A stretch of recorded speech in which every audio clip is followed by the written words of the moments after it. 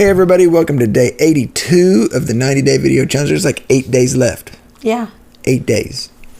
Less than 10%. Whoa. We have made it home from the Todd family Christmas of 2019. And we started out the day today by doing church with everybody. We got to watch the Elevation Christmas experience. If you don't have anything to do in the next day or so, check out elevationchurch.org and you can see the great performance, I guess. It's like an extravaganza. There's lots of different singing and dancing and dramatic interpretation, stuff like that they did for the Christmas service. Mm-hmm. And after that, we had an impromptu dance party at Carrie's house, Carrie and Travis. And then we came home and did dinner with our friends here that we do on Sunday nights. So all in all, it was a really good weekend. It was a lot of hours. Yesterday was long. Long. Mm-hmm. Went way past my bedtime. Friday night, I was up till like 3 a.m. Yeah. Got a couple hours of sleep. We got up and we went like 14 or 16 hours over there doing family stuff yesterday. Came home. Tried to edit until I passed out, and then I finished this morning, and then we went back, and so hopefully tonight's goes a lot faster. And I hope so. It's been rough. He's been just working away. But it was a good family Christmas, right? I mean, in terms of everybody getting along and doing things. Christmas is a weird deal. Because it's one of those times where you're supposed to be like, oh, it's Christmas. You know, we see it on movies and stuff, and it's like the greatest thing ever. But getting to it and getting into it can be difficult. I think that Christmas is probably the hardest holiday to celebrate because there's the expectation of spending money, the expectation of getting gifts. Is it going to be the right thing? Is it not going to be the right thing? Am I going to forget somebody? There's a lot of stress that goes along with that. On top of just being around family that you may or may not have the same views as. You take, like, with our side of the family, the Todd side of the family, there's 13 adults? No, not 13. There's 13 of us that went total yesterday. But there's 2, 4, 6, 7, 8 adults that were involved. 8 adults and then 6 kids or so, like 14 maybe. Yeah, Allison wasn't there, so Allison it was 13. Wasn't there. So you put that many personalities together, and there's gonna be tension because, especially in blended families, again, you got people that are coming together later, and it's not like, whenever you are born into a family, it's just sort of normal, but you start putting things together and then it becomes a little bit more difficult. So it can be a challenge. Well, it can. And then there's some that it's not really a challenge. So that can be something that both sides, you can have stress on both sides. You can have one side that goes pretty smoothly, one side that is stressful. You can have both sides that go very smoothly, but there is different personalities, and you have to decide, how am I going to deal with this personality? Am I going to just avoid it? Am I going to engage it? And we ended up doing the Enneagram yesterday at the juice place, and it was interesting to see the different Enneagram personality styles in our family. There are some personality styles that they just want to sweep things under the rug, and there are some personality styles that don't want to sweep things under the rug because eventually you're not going to be able to walk over the rug. It's going to be so full.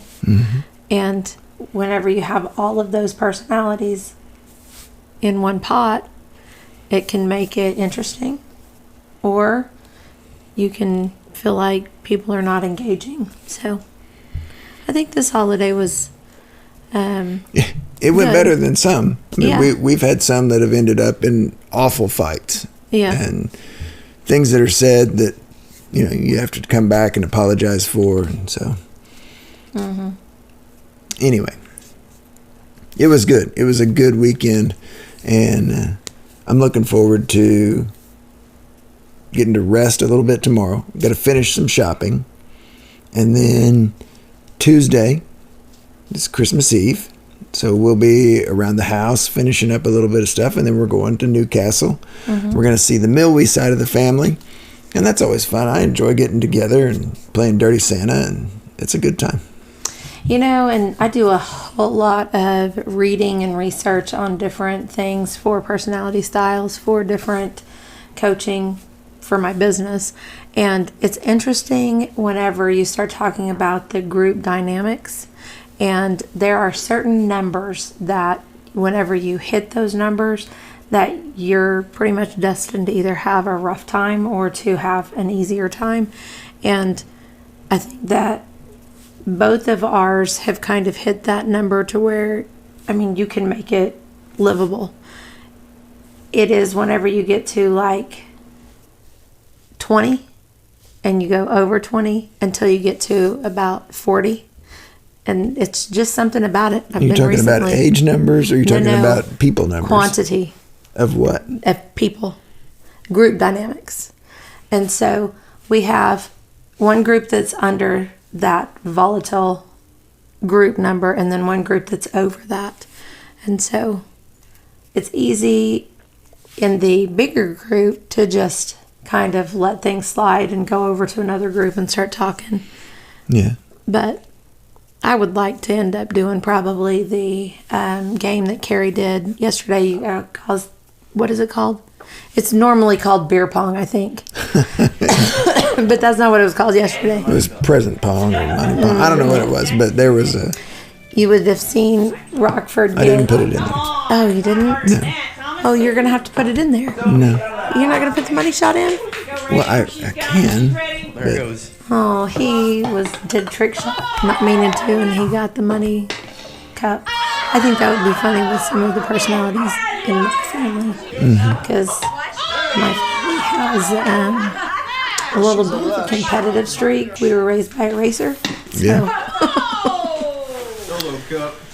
So anyway, that's coming up on Tuesday, and then Wednesday is Christmas. So let me encourage you, if you still have things to get done, don't get overly stressed about it, because at the end of the day, the most important thing is to just be with family, be with friends, and enjoy the holiday. If you don't get a gift for everybody, it's okay. If you don't get a gift, then it's okay as well. But don't let what the world says is important on Christmas take over and ruin what should be a great day of celebration because of Jesus and coming to the earth and being born in a manger so that he could live a sinless life that could bridge the gap between God and man. That's the reason for the season.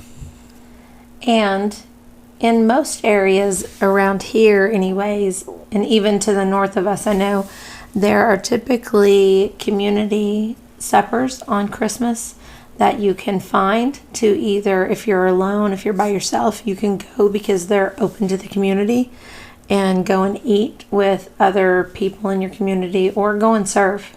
That's a good thing that we have done several years is we take the kids.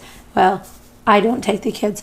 Rockford takes the kids and they go and serve at the community supper, and I make Christmas lunch for the family, so whenever they come back, then they have their dinner. So I would encourage you to get out in the community on Christmas. And honestly, there's typically not that many places that are open to buy food. And so go and have lunch with community or serve. Either way. Either way. All right. We'll be back tomorrow, day 83. And I don't know what's going to be happening tomorrow. We'll have some information about what tomorrow holds for us. I don't know. It's weird. We finished the 40-day prayer challenge, and now I feel like Ricky Bobby with his hands. I'm like, I don't know what to do with my hands. I don't know what to talk about tomorrow yet, because it's not tomorrow. So anyway, tomorrow, day 83. You guys have a good night.